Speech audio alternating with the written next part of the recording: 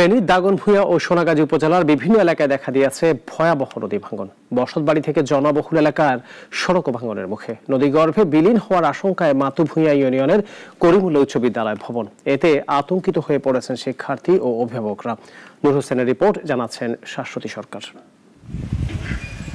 Closure ভেঙে যাওয়ায় ফেনীর কাটাখালী নদী ভাঙনে হুমকির মুখে বসতবাড়ি সহ এলাকার বিভিন্ন সড়ক। ভবনের নিচের মাটি সরে যাওয়ায় ভাঙনের ঝুঁকিতে মাতুভুয়া ইউনিয়নের করিমুল্লাহ উচ্চ বিদ্যালয়।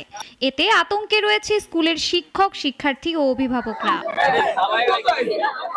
সীমিত পরিসরে চলছে বিদ্যালয়ের শিক্ষার্থীদের পাঠদান।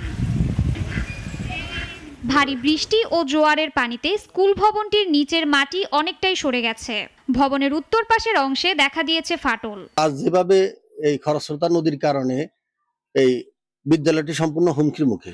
শহীদ মিনার, আমাদের এখানে একটা হল রুম, এগুলা আজকে ভাঙনের মুখে পড়ছে। পরিস্থিতি অত্যন্ত ভয়াবহ। আমাদের পূর্বে এই ভবনে ক্লাস চলতো, কিন্তু নদী ভাঙনের ফলে ভবনটির এক পাশ নদীতে বিলীন হয়ে যাচ্ছে। স্কুলের ভবন ভাঙার কারণে আমাদের ক্লাস করতে অসুবিধা হচ্ছে। রক্ষা করার জন্য আমরা জেলা প্রশাসকের নিকট সাহায্য চাচ্ছি। নদীগর্ভে বিলীন হওয়ার হুমকিতে স্কুলটি। নদী ভাঙন রোধে কার্যকর ব্যবস্থা গ্রহণের দাবি স্কুল সংশ্লিষ্টদের। পানি উন্নয়ন বোর্ড সহ সংশ্লিষ্ট যারা রয়েছেন তাদের কাছে আমরা আবেদন করেছি।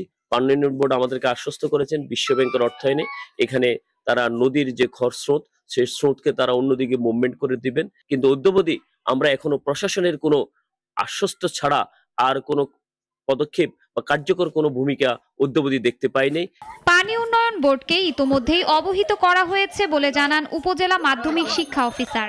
আপাতত তাকে রক্ষার জন্য আমাদের গড় না হলে কিন্তু ওখানে একটা শহীদ মিনার আছে, তাহলে যে কোনো সময় আমাদের যে নির্মিত শহীদ মিনারটাও কিন্তু এই খালের গর্ভে বিলীন হয়ে যেতে পারে। তো এখন ওনারা বলছে যত দ্রুত সম্ভব জিওবাগ পেলে এটা ব্যবস্থা গ্রহণ করবে, আমাকে আশ্বাস দিয়েছে। নদী ভাঙনের হাত থেকে স্কুলটিকে রক্ষা করতে যথাযথ উদ্যোগ নেবে প্রশাসন, আশা সকলের।